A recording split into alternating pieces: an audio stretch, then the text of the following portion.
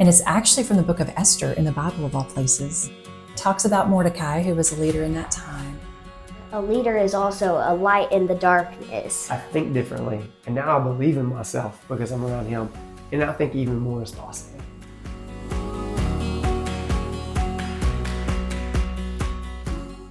Welcome to Leading Lubbock, the podcast where we spotlight the voices shaping our city and beyond.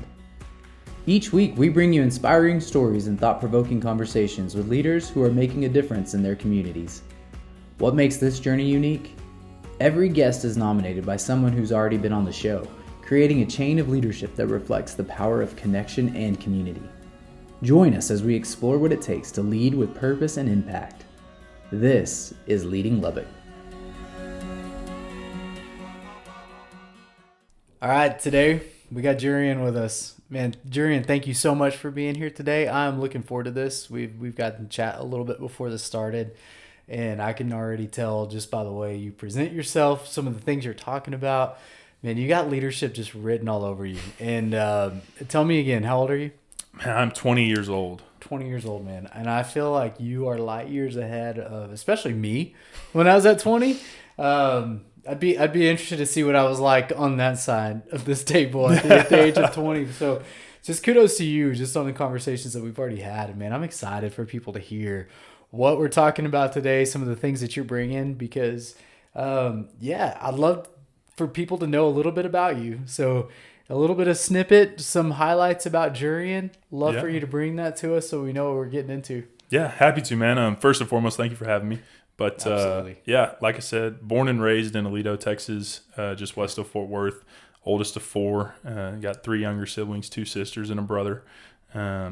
Great parents that taught me well. And coming out here to Tech, I play football, play on the offensive line here at Texas Tech, and that's been an absolute blessing and one of my favorite things. You know, a lot of people love the flash and the glitter that comes with playing college sports, but honestly, the people are some of the best parts, right? Some of the connections I made with teammates and coaches that'll last a lifetime. So, yeah, grateful to be here.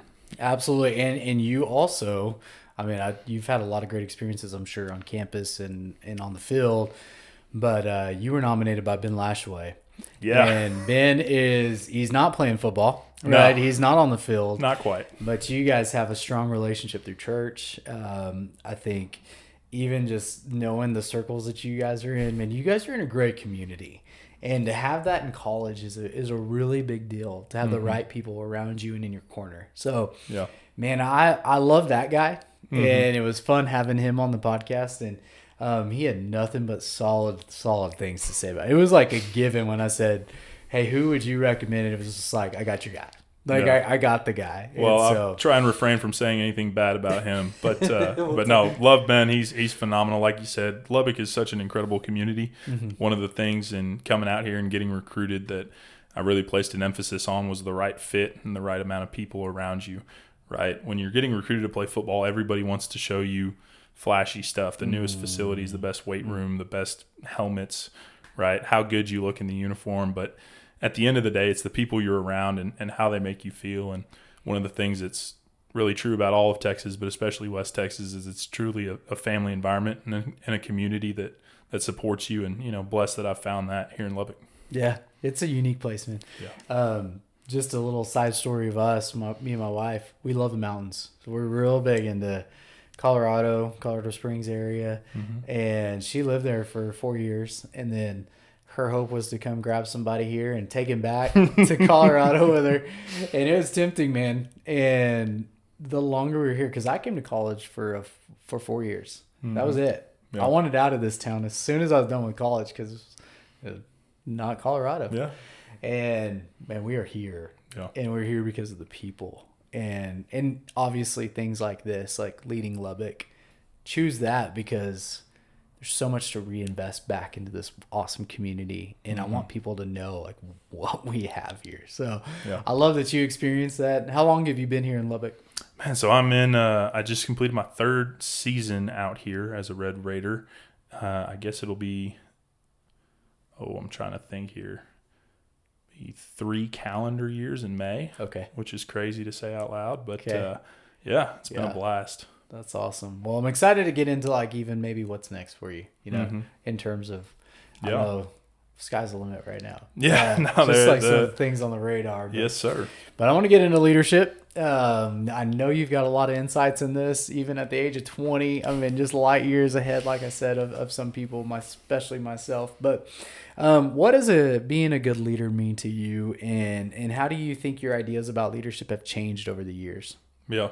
No, I think leadership is a really unique quality, right? I think it's few and far between. It's rare to find and even rarer to be able to apply properly, right? Leadership requires confidence, encouragement, gentleness, and sturdiness, being able to toe the line of interacting with other people, right? One of the things that I've learned recently is, or kind of come to understand, is there's a concept of being a force multiplier, right? And so whenever you have a force, right, in physics, you have something that'll push forward, right? But when you add something to it that multiplies that force, right, that thing is able to move more than you would think it should, right? One of the interesting things that, I don't know how familiar, the Budweiser horses, right, Clydesdales. Sure, yeah. Clydesdales on their own can pull about 12,000 pounds. They're biggest, strongest horses on the planet. They're freaks, right? And so logically, you would think you yoke 2 Clydesdales together. Multiply that by 2. Multiply that by 2. They should be able to pull 24,000 pounds. Yeah.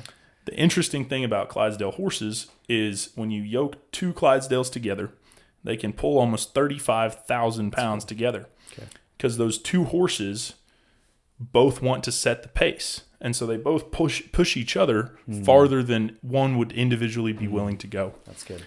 And so I think a leader needs to do things like that, right? To be able to bring the people around them to push themselves further than they think they can go in order to achieve whatever mission or tasks they're set towards. Excuse me. Goodness, that is cool. I've heard something like that before. I don't know if I've heard it with the Clydesdales, but I've heard this idea of like when you bring 2 together, it's not just times 2 type of thing.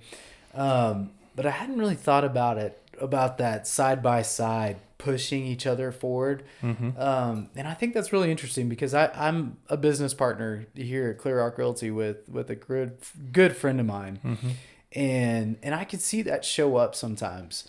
And even just this fun natured, but yet like kind of competitive drive of just like, man, I don't want to slack because then I know you're going to have to pick up the slack. So I'm going to drive a little bit further. Well, then that's kind of happening on the other end too. Well, shoot, you're picking it up a little bit too. So I need to get, moving the ball forward a little bit too. So, man, I love that idea of maybe even sometimes comparison is a bad thing, right? We've heard, and one of my big things to think about is comparison is the thief of joy. Yeah. But also comparing in a positive way of just like, where am I? Almost like a self-assessment of what's going on next to me, and they're driving them forward. So, man, I love that. I don't know that it's so much comparison as much as it is competition in a sense. Right? The idea that you cannot or will not be beat, right? Or more accurately, you cannot or will not fail. Now, I think that there's a ton of lessons within failure. One of the things that my father told me as I was growing up is not only to learn from my mistakes, but even be smarter and learn from other people's mistakes, right? Let other people screw up for you. And so failure is a natural thing in a natural course of life. You can't be a leader. You can't understand things until you know what not to do. Right? Nobody is right 100% of the time.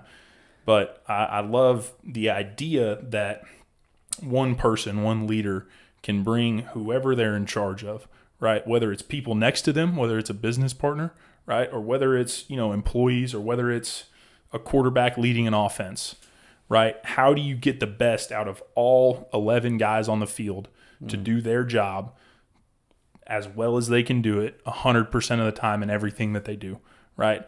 How do you make sure that an offensive lineman blocks a 3 technique every time, that a receiver runs the right route, but also that, the guy wakes up and shows to workouts on a Tuesday in January, even though he doesn't want to be there. Sure. Right? And how do you instill that into other people and inspire them to be better? Yeah. And I mean, that's kudos to the coaches that do that well. I mean, because that's taking it to another level. And I love that. So this idea of competition versus comparison. I mean, I love that you brought that up because competition sometimes can have a bad connotation to it, and just like almost like an ego-driven type thing of like making myself better and making sure I'm on top. But what I hear from you is like a healthy version of a competition. Is that something that you see regularly of like the relationships around you of a healthier version of a competition rather than like a cutthroat version of that? Yeah. No, it can definitely get cutthroat. You're not wrong there. Yeah. But it's definitely something that you see. I mean, the easy examples in a locker room, right? There's always competition. Who's going to get on the field, right? Because the best 11 guys who are going to help the team win, that's who's going to be on the field. Yeah. Right. And so how do you figure out this drive and figure out the motivation of the competition from wanting to make yourself better and de facto the team better, right? Because at the end of the day, we're all striving for the same goal, right? From the starting quarterback all the way down to, the strength staff, the nutrition staff, everyone in the program is all fighting for a common goal at Big 12 national championship, right? And so I feel like when I compare myself to people, right, if I were to compare myself to someone else, I would get so focused on why they're better than me as opposed to what can I do to be better myself, right? And so that competition comes from an internal motivation, not egotistically being I'm the best, right? But more of a critical evaluation of how do I continue to get better, whether that's in leadership, whether that's in academics, whether that's in life, relationships, whatever area that is. I feel like it can be applied. Like you said, it's biblical. Comparison is the thief of joy. Whereas I feel like competition can be a motivator, right? It can be something that can lead to that force multiplication, right? You're yoked with somebody next to you, and it's a healthy drive of, okay, I'm going to push myself farther so that this guy comes along with me. Mm-hmm. Yeah, and just that the idea of what do I bring, and how do I become better. I don't think you can do that when you're just looking inward. But that collective goal that you're talking about, understanding that we all have different strengths and talents. If everybody on the team was like you, I'm sorry, but the team probably isn't going to make it very far. We're not throwing the ball. That's for dang sure. Right. You've got skills and talents that just don't exist in other players. And likewise, they do too, that don't exist in you. And so I love that too, of like understanding what it is that we're like the purpose that we're going for. What are we moving towards? And then what unique value do we bring to that particular thing? And not get caught up in everybody else's. Like, man, I wish I could throw the ball like him. I wish I could run as fast as him. I wish like, no, this is where I'm at. And this is my strengths and my skill set. And I'm going to improve that. And that collectively is going to make us reach the goal, or at least get closer to it. So, man, that's encouraging. I love that idea. I highlighted that. So that's going to show up later. And, I'll probably teach a class on this competition versus comparison aspect now. So, how about like ways that you show leadership in your everyday life? Like, are there things that you do that help you become a better leader? Yeah, no, absolutely. I think that, one of the things to your point, right, is you have to know areas in which you can lead, right? I think that it makes no sense. Like you said, if I were to try and go tell the receivers how to run routes, they would laugh at me, right? If I told a quarterback how to throw a deep ball, they would laugh at me, right? And so I think it's finding the spaces that you're qualified to lead in, right? In a sense of you kind of know what you're talking about enough to sound like you know what you're talking about, right? But you also sort of have a resume that allows other people to listen to you, right? It's one thing to say all of these incredible things, but if nobody's listening, if a tree falls in the forest and nobody's around, does it really make a sound? Right? And so finding the spaces where you can be an effective leader and where you can be that force multiplier, where you can say, hey, this is how we can be our best, right? I think is very key. And trying not to overextend your leadership too, right? I think is important. There's a lot of people who want to run the entire show, right? And there's only a very small amount of people capable of doing that who have the experience, the knowledge to run a college football program, right? To run a business, to run a family. And so being able to understand your own limits, right? To know that you're not the smartest person in the room, right? And if you are the smartest person in the room, probably in the wrong room. I was going to say maybe find a different room. Maybe find a different room. Yeah. Man, that I love that. How have you, because what I'm hearing you say too is like, one, you've got to gain the confidence of the people around you through maybe credibility as you're talking about this resume aspect. Yeah. So you were a freshman once, right? Yeah. Newbie on the field. Newbie. What does it look like for you to see areas that like, man, I can move in this direction, then to be a leader to maybe a certain group of people or to the whole team or your family or, wherever it is, like you're starting fresh at some point in time. So what does it look like for you to make that transition to, hey, I'm going to step up in this area and this is where I'm going to come in and make my mark kind of as a leader? Of course. What is that?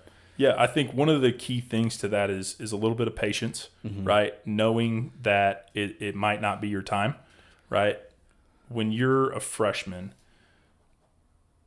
it's hard to come in and take over, right? I think it's difficult for older people to have younger people telling them what to do, right? I think you see that in society, right? When a kid talks back to their parent's like, okay, what do you know, right? And so there's a similar aspect there in terms of you don't have the credibility yet, right? Now, there are ways to be encouraging and supportive and being a good teammate, right? And a good friend and a good son and a good brother that you can do throughout your life, right? But sometimes it's patience and it's learning from the people who are leaders now, right? I think that everyone throughout their lives takes bits and pieces from people, or at least I do, try and take the best bits and pieces from interactions that they've had, right? And so when I came in, I had an attitude of, okay, I don't know anything, right? Whatever I think I know, I'm going to throw it out the door, and I'm going to listen to the people who do know what they're talking about, right? And for example, one of our offensive linemen who is he's competing in the NFL Combine this week, who is a great friend and a great mentor to me, is Caleb Rogers. One of the things Caleb told me my second day on campus, right? So I'm about as fresh can be. We were walking off the field after a workout and, getting the little post-workout shakes from the nutritionist. And, I said, thank you. And he came up to me, he said, all right, what's her name? Been there for 48 hours. I don't know. This is whoever this is. And he goes, okay, from now on, I want you to know everyone in the facility's name, right? And at the time, I'm like, well, there's 200 people working here. Like, how do we pull this off, right? But as I've grown and understood, the relationships that you have with everyone around you can be so impactful, right? And can also help you establish some of that credibility that we talked about, right? And so it's the patience and the willingness to learn initially that allows you to be a better leader later, if that makes sense. It does. And you didn't say a word here, but I kept hearing over and over again is humility. Like you said patience, and almost like can go back and rewind everything you said. And if you took out patience and you put humility in its place, it's like you just need the humility as you're growing into that. Because that's also what's going to make you a learner too, is knowing you're not the biggest fish in that pond, right? And especially coming into something new. Yeah, for sure, there are people ahead of you, and having that posture of patience and learning, man, to me, it just can be picked up in any aspect of life. Like you can grab that concept and put it anywhere.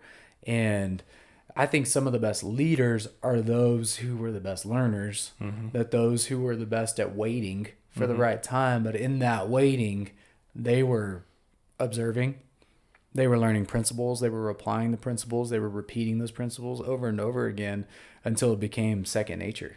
And so I love that. I think that is 100% applicable in any kind of area of life, is this idea of patience, learning, but I would umbrella all of that under humility. So I love that about you. And I could tell even just in your passion as you're talking about this, that like you embodied that well. Like you knew who you were when you came into the program, and then you kind of had that North Star of where I want to go, and then started making those subtle changes too along the way of growing into that. So that's incredible. Did you memorize all 200? I would say, so the other thing about college, it's a bit of a revolving door. Yeah. So there's been a lot of them. I would say I know probably 90% of the people in our facility now. There's a couple new trainers and nutritionists that I need to get to know a little better. But yeah, it's been a great lesson. What was the lesson? What do you feel like that taught you as you're even experimenting with this concept of learning all these names? Yeah.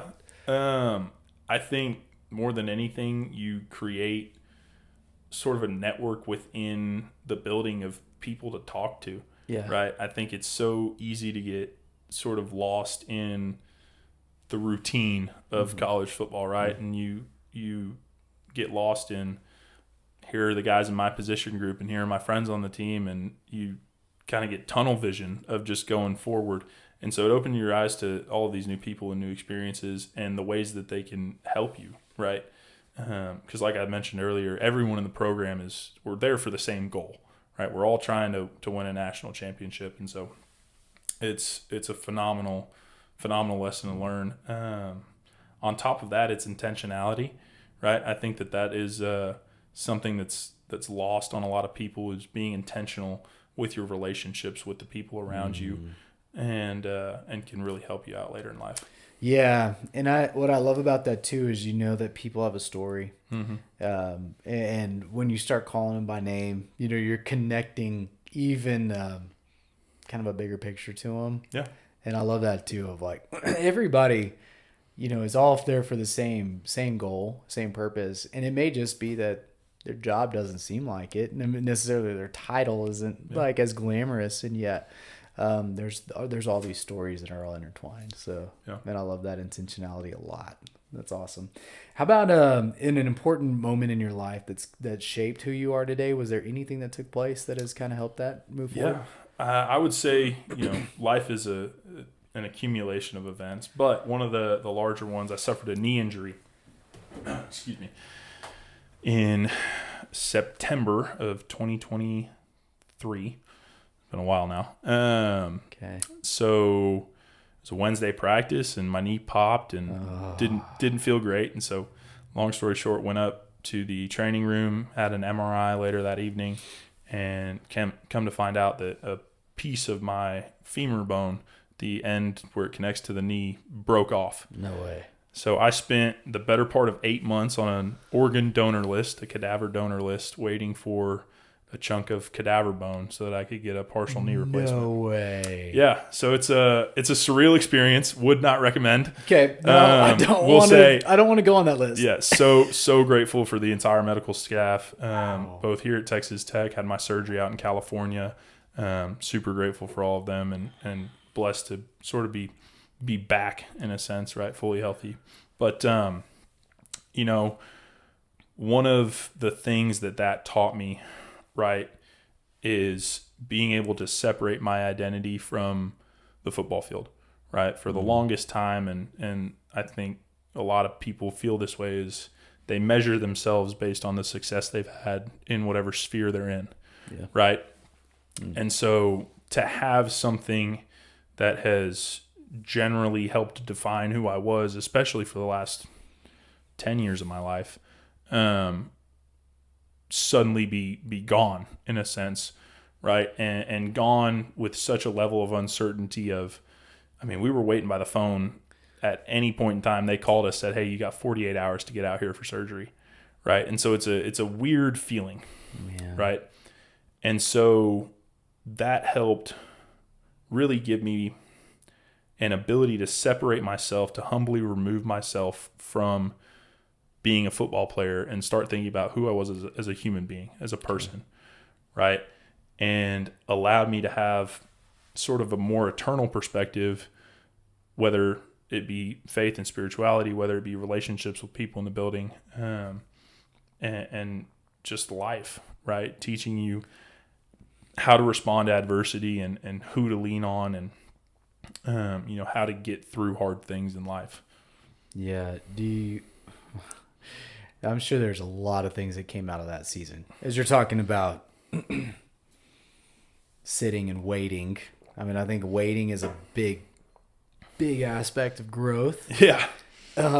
Especially when you're choosing not to wait, like you're being forced to wait a little bit. Mm-hmm. So in that, like as you're figuring out, who am I? Mm-hmm. Is there a purpose that you feel like came out of that season? Like what's the purpose of Jurrien? Like what did that look like? Yeah. I wouldn't say there was a definitive purpose of like, oh, this is what my life is now. Okay. Right? This is why I'm on this earth. I will say that one of the big motivations that came out of that is I was doing a Bible study at the time with a now roommate of mine, and we were going through First Timothy. And the week after I got hurt, we're in 1 Timothy chapter 4, and I was kind of laid up. I could still walk, but I couldn't really move. So he texted me. He was like, "Hey, I know you're kind of down and out. You still want to do Bible study?" And I was like, "Heck yeah, let's I need something right now, right?" So we come across 1 Timothy 4:10. It says, "For to this end we toil and strive, for we have the hope of the living God, the Savior of all people, especially those who believe." Right? And that attributed so much to this eternal perspective of it's not all lost, right? I think at points in time, and definitely where I was, is, you think about, okay, I worked so hard my entire high school career to get to college. And I've been in college for 2 years now. And, we just got through fall camp, which is the hardest part of the season. And you've put in all of this physical hard labor to get to where you're at. And you feel like it's all for nothing, right? All of this just to break my knee and be sitting by the phone. And I found so much peace in that idea of everything that we do, right, is not for our own gain, right, but for something greater than us. Yeah. Hang on to that because it's not going to be the last season that you enter into that kind of that waiting game or man, things just didn't work out the way that I thought they were going to work out. Because I think, and my hope is that there are young people that are listening in on these kind of conversations and realize you don't have to wait till you're 40 or even, 30 to realize some of these lessons in life. Like we can cling to some of these truths right now, that there's more to the story than basically what we're living in this moment. But man, you can bottle some of those things up and just remember, okay, First Timothy 4:10. Yeah. When that time comes, I'm going to pull that back out again, because I remember the impact it had on me whenever I was, 18, 19. Yeah. And so, man, I love that you experienced it that early in life, and just lessons that you can cling to and bookmark for later, because it's coming. Yeah. Or you're sharing it with somebody who's listening that's like, yeah, I'm there. Yeah. I need to go visit that and maybe just sit in that for a little bit. So, yeah. How about like you're surrounded by a lot of adult leaders, people way light years probably ahead, experienced a lot of things that you're walking in right now. Is there anything that you would encourage leaders who are further along to kind of keep in mind as they're leading? Yeah. Like, because I know there's sometimes it's like, I don't know that I would necessarily lead it in that way, or we kind of get sidetracked and kind of life gets a little wonky sometimes. So would you have encouragement for adult leaders? Yeah, no, for sure. I think that, sort of what we talked about is being able to know the space in which you lead, right? So not overextending your opinion onto a leadership role, right? Knowing your limits in a sense, right? How far can you push people, right? Or how far can you bring people along before they lose respect, right? And the other thing I would say is there's a difference between managing and leading. Okay. Right? I feel managers make decisions, right? Because someone higher up on the food chain decided that they were the one that could make smaller decisions, right? Whereas leaders, as we've talked about, encourage and inspire those around them, right? And while a leader also makes the decisions, also steers the ship, so to speak, the leader does it with the intentionality and the consciousness of the people around them, right? They put the right people in the right places in order to have the most efficient, effective success. Yeah. Right. Success, in my opinion, is defined as where preparation and opportunity meet, right? Managers can prepare people, right? And managers can delegate people to do different things, but leaders are the ones who are constantly preparing those around them and also recognize the opportunities that are in front of them in order to achieve the greatest success. And you probably can't even recognize something unless you're searching for it too. So yeah, that's where my mind was going. And then you just like filled in the blanks for me on that opportunity side. Cause you're right. I think many great leaders are managers in managerial positions, require a lot of preparation and foresight. And, but opportunity is an interesting word. Cause I think not only opportunity in what's next and success and like, oh man, well, here's an opportunity to make more money. Here's an opportunity to move up the food chain. But like opportunities are growth areas. Opportunities are not only for us, but they're for other people. You know, it's kind of like an outward term too. And so I love that. And I love the way that that's outward thinking on the opportunity. And like, man, you see strengths of other people. You prepare for moments like this, and now you have the opportunity to put those people in the right place. Right. And so, yeah, a lot of, I feel like peripheral vision versus just like blinders on. Yeah. Like you've got a wider vision than just like directly what's in front of you that you need to manage. So Exactly. I'm sure you see that a lot on the football field. I'm sure you see it in the locker room. You probably have 100 examples that you could throw out from what you see on a daily basis, and probably even the players on the field. So yeah, that's awesome. How about like what's something that you would want to do as you leave college? You're moving on, and I'm not talking career wise, but like difference making. What ripples, maybe is a better way to put it. What ripples do you want to make? Yeah. No, I think that everyone on this earth desires to leave a legacy of some kind, right? There's a song by Randy Travis called 3 Wooden Crosses, right? Phenomenal song. But the chorus of that song says, it's not what you take when you leave this world behind you, but what you leave behind you when you go, right? And so I think that that's a phenomenal sort of visualization of what life needs to be, right?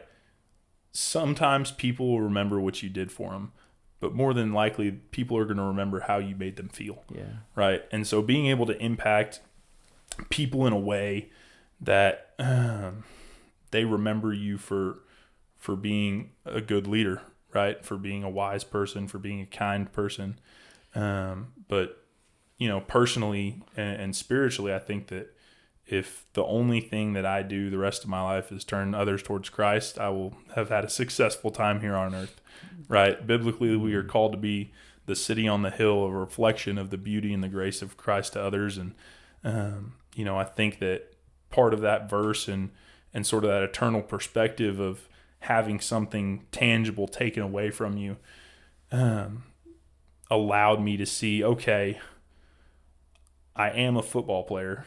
That's part of what I do, but that's not who I am. Right. So how do I use this platform in order to encourage and inspire others, not only to be their best playing football or to be, hey, go to class today, right? Or whatever those things are, right? But inspire others to pursue Christ and to pursue eternal life with him. Yeah, that's good.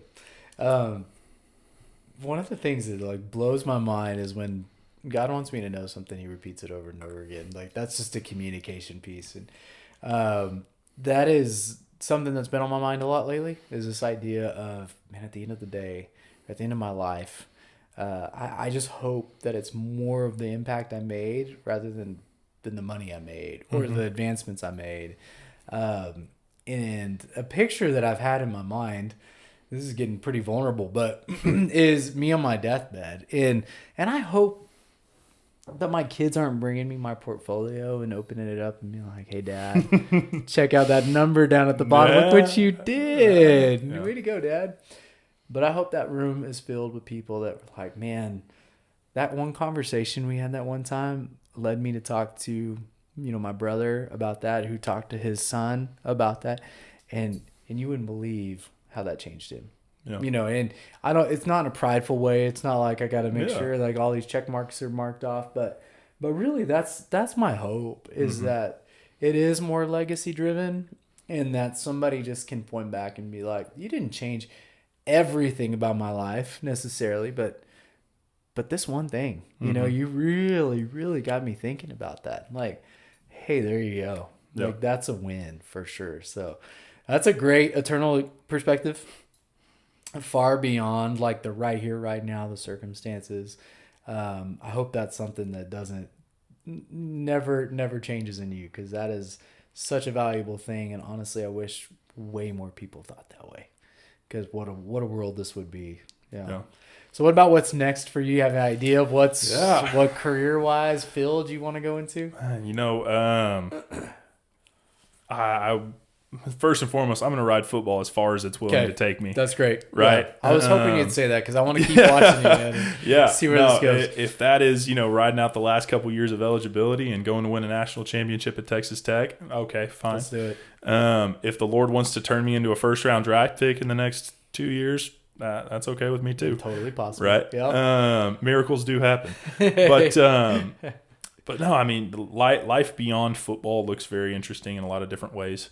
As you and I discussed earlier, come from a family of attorneys, and so been sort of exposed to that area of life. Very intrigued. I'm an economics major, and so very intrigued in the world of econ and finance. I think there's a lot of unique opportunities out there, and unique opportunities within that space to also work in athletics, right? Whether that's financial advising for pro and I guess college players now that collegiate athletes are making some money. Or whether that's in sort of an athletics administration role and going to be an athletic director one day. I think that'd be really unique as well. Is there a passion you had as a kid growing up? Like, you say economics, were you a numbers type small kid? Yeah. So I wouldn't say, I will say this, I'm a nerd in every sense of the word. Really? You're all right. Right. But I wouldn't say that I was, trapped in a room with a calculator either.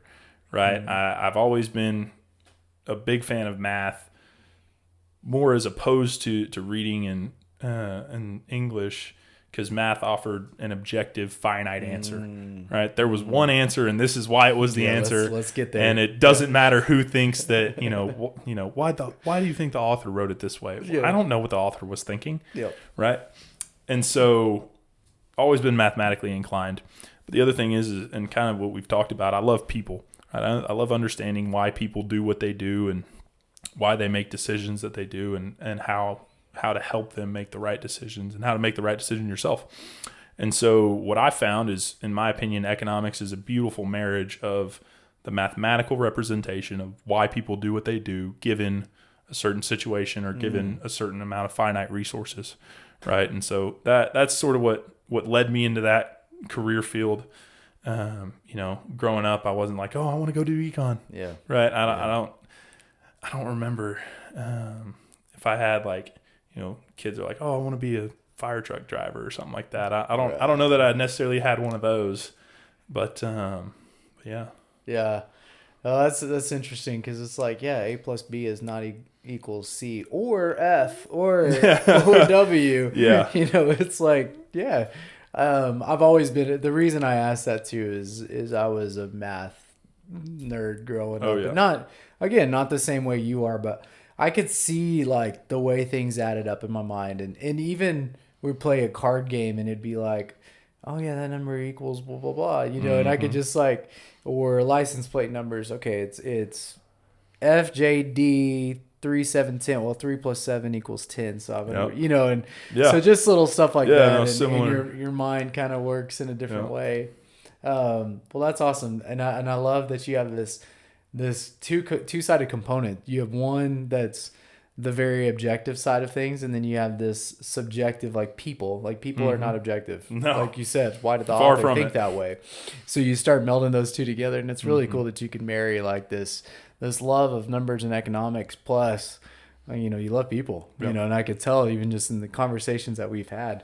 you're an easy person to talk to. So it's like, let's go sit in a room for a while. We probably have a lot of things to discuss. So being able to marry those two things together, and then that's where impact comes in too, because you're able to identify with them on a very objective level, but then you're also able to connect with them and go deep. Yeah. So I love that. Is there a book, one of my favorite questions in this, the last two I love, I want to hear about a book that's kind of shaped you and why. So is there anything like from childhood to now that you've read that's just been like, man, that book had a fundamental impact on me? Yeah. No, I mean, I feel like I could talk about a few different books, but the one that comes to mind is This Present Darkness by Frank Peretti. It is a beautiful illustration of the relationship that we have with the Lord, and also sort of an illustration of spiritual warfare as well. I think it really opened my mind as to how I interact with people on a daily basis in order to reflect Christ, right? And even more so, the power of prayer and my own relationship with the Lord, right? And how to apply that on a daily basis. So phenomenal book. Really love that one. Yeah, I saw that was your answer, and it took me back on a journey, because I was in. Is there more books than that? I think there's a sequel. Okay, I was thinking there was 2 to 3. Yeah, I don't know, and I'll have to go back and look now. But man, I almost went back to pictures in my mind that I had of that book as I was reading through it, and it really was, to me, also very impactful, eye-opening to, there's probably a little bit more than what we can see, like the more than meets the eye. So I love that even, fiction books, that were kind of formed around spiritual and biblical concepts can make such an impact, because they did on me too. I want to go back now, and I think it may be sitting on my bookshelf at home. So I'm going to send you a picture later whenever I see if there's one or more books sitting next to each other with Frank Peretti's name on it. But that's incredible, man. Yes, sir. Well, I've thoroughly enjoyed our conversation, and I feel like we could probably keep going for quite a while about stories that you've had growing up, stories of your current, position on the football team, but also at church and your communities that you're involved in. Lots of life lessons I'm sure you've got that we could go on and on about. But I do want to leave us with the last question of, if you could define leadership in a single sentence, what does that look like to you? Yeah. I think that leadership is the ability to encourage and inspire those around you or those that you're in charge of to be at their best, doing their best in everything that they do. Right? And we kind of touched on it earlier, but if you want to inspire an offensive lineman to block a defensive lineman because you're a quarterback, you don't want to get hit, right? Well, make sure you're inspiring him to get up and get to the weight room in the morning on a Tuesday, right? Motivating the people around you to do everything to the best of their ability. Because how you do one thing is how you do everything, right? And so you're either all in or you're all out, right? And leaders are able to bring those around them, right? They're able to prepare them for the opportunities that they seek in order to have the greatest amount of success. So you're telling us we're going back to the same concept of preparation and opportunity we talked about earlier. Yes, sir. Of a good leader. I love that went full circle. And I completely agree with you and echo everything you said. Like, man, encouragement and inspiration are huge. Finding opportunities where people can live, do their best, be their best. You use that language. That's incredible. And really, I want to leave you with some encouragement, because I did hear a lot of humility as you spoke.